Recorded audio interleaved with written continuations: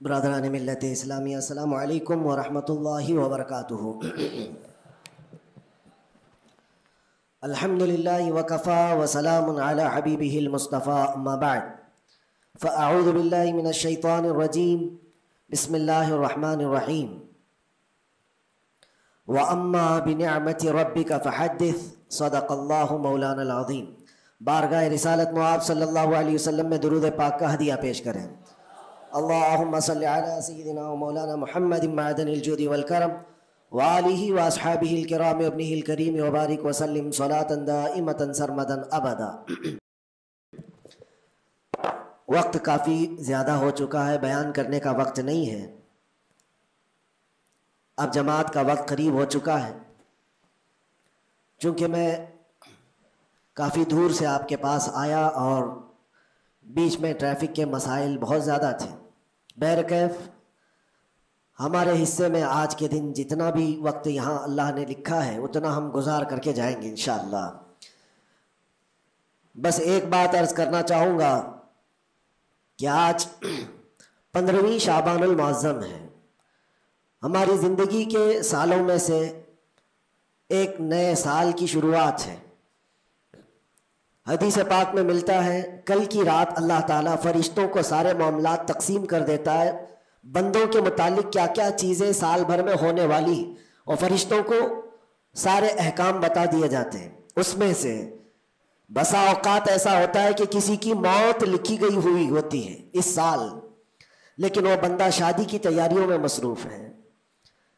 کسی کے 2 مہینے 3 مہینے کے بعد زندگی کے خاتمے کا عنوان لکھا گیا ہوگا، لیکن وہ اپنے بزنس پلان کر رہا ہوگا، وہ سفر کی تیاریاں کر رہا ہوگا۔ ہم میں سے بھی کسی کو معلوم نہیں کہ کل کی رات ہمارے لیے کیا حکم اللہ نے فرشتوں کو دیا ہے۔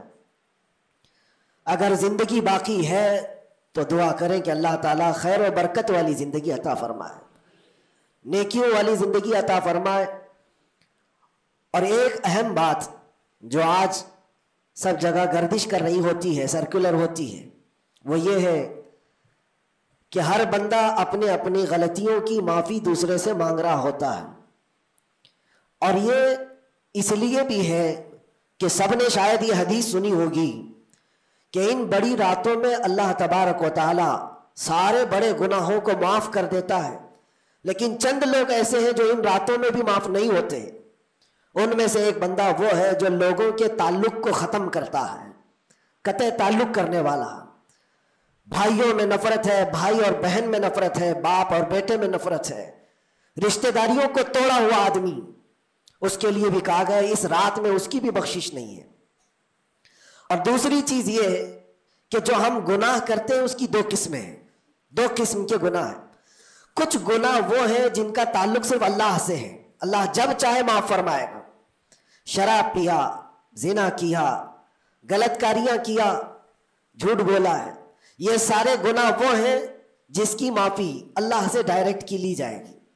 اس کو کہتے ہیں حقوق اللہ۔ اللہ تعالیٰ کریم ہے، اکرم الاکرمین ہے، جب چاہے اپنے بندوں کو معاف فرما دے۔ لیکن کچھ گناہ ایسے ہیں جن کا تعلق بندوں سے ہے، کسی کا مال ہڑپ لیا ہے، کسی کا حصہ دبا لیا ہے، کسی کو گالی دیا ہے، کسی کو مارا ہے، یہ سارے وہ گناہ ہیں جن کا تعلق بندوں سے ہے، ان کو حقوق العباد کہا جاتا ہے۔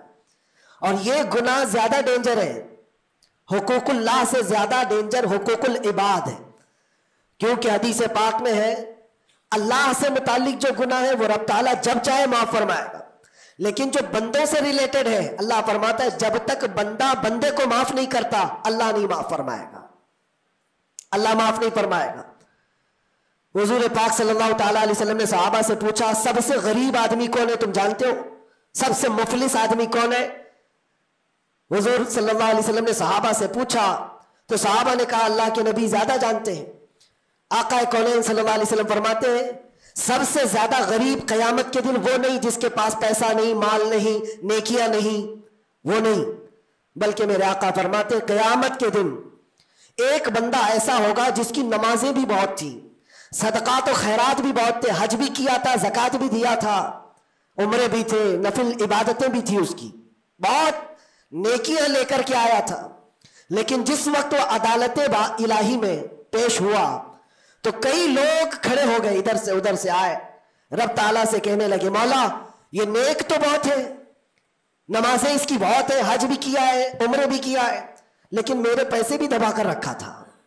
کوئی کہتا ہے کہ مولا میرا حق اس کے اوپر بنتا ہے، اس نے مجھے گالی دی تھی۔ کوئی کہتا ہے کہ مولا میرا بھی حق بنتا ہے، اس نے مجھے مارا تھا۔ کوئی کہتا ہے مولا میرا بھی حق بنتا ہے، اس نے میرے پیٹھ پیچھے مجھ سے چغلی کی تھی اور لڑانے کی کوشش کی تھی، میرا حق بنتا ہے اس پر۔ تو یہ سارے حق طلب کرنے والے بندے کھڑے ہو جائیں گے اس کے خلاف جو نیکوکار تھا۔ اللہ تعالیٰ فرماتا ہے تم لوگوں کو اس سے کیا چاہیے؟ سارے بندے کہتے ہیں مولا ہم تو گنہگار ہیں، نیکیوں کی کمی ہے، اس کے پاس نیکیاں زیادہ ہے، اس کی نیکیاں ہمیں دلا دے۔ اب عدالت الہی کا یہ فیصلہ سنو، اللہ فرشتوں کو حکم دیتا ہے اس کے پاس جتنی نیکیاں ہیں وہ ان سب میں تقسیم کرو، جتنوں کا حق اس نے دبا رکھا ہے سب میں اس کی نیکیاں بانٹی جائیں۔ جب فرشتے اس کی نیکیاں نکال نکال کر تقسیم کر رہے تھے، نیکیاں اس کی پوری ختم ہو گئی، حقداروں کا بھی حق پورا ہوا نہیں، کچھ اور بھی باقی رہ گئے تھے۔ وہ کہنے لگے مولا ہمارا بھی حق ہے اس کے اوپر، ہمارا بھی اس نے مال رکھا ہے۔ اللہ تعالیٰ فرماتا ہے اب اس کے پاس تو نیکیاں پوری ختم ہو گئی، تم چاہتے کیا ہو؟ وہ گنہگار تھے، وہ کہتے مولا ہم یہ چاہتے کہ ہمارے گناہ اٹھا کر کے اس پر ڈال دیں، ہمارا بوجھ تو کم ہو جائے۔ حکم ہوگا رب تعالیٰ کا کہ اس کے اوپر ان کا حق بنتا ہے، لہذا ان کے گناہ اٹھا اٹھا کر کے اس کے اوپر ڈالو۔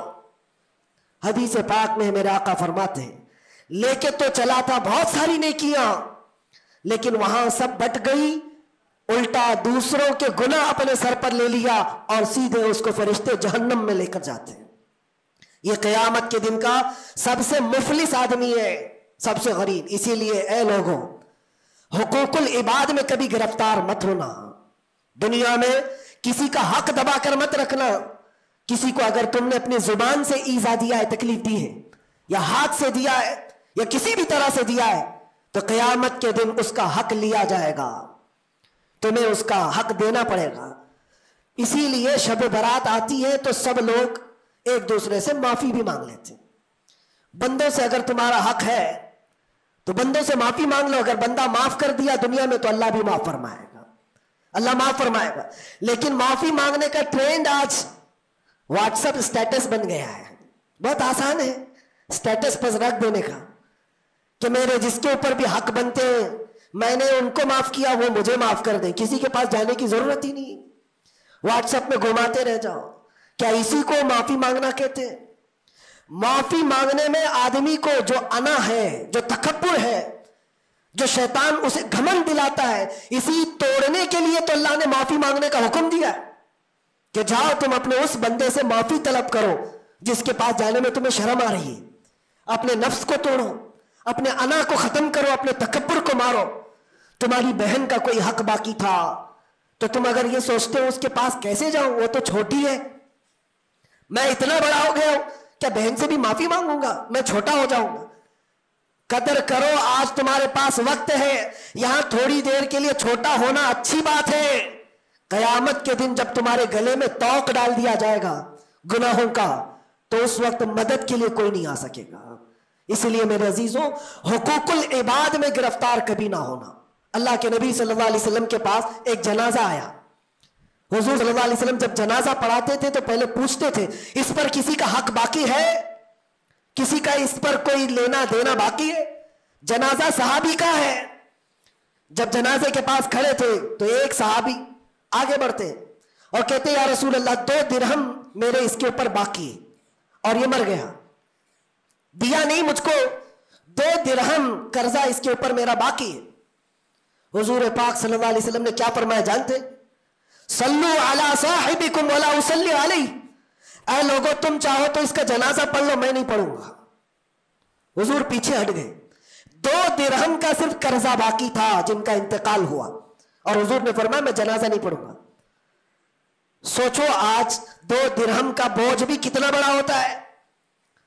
جنازہ رکھا ہے، حضور پیچھے ہٹ گئے، پھر ایک کوئی صحابی آگے بڑھتے اور کہتے یا رسول اللہ صلی اللہ علیہ وسلم ان کی جانب سے ان کا قرضہ میں ادا کر دوں گا۔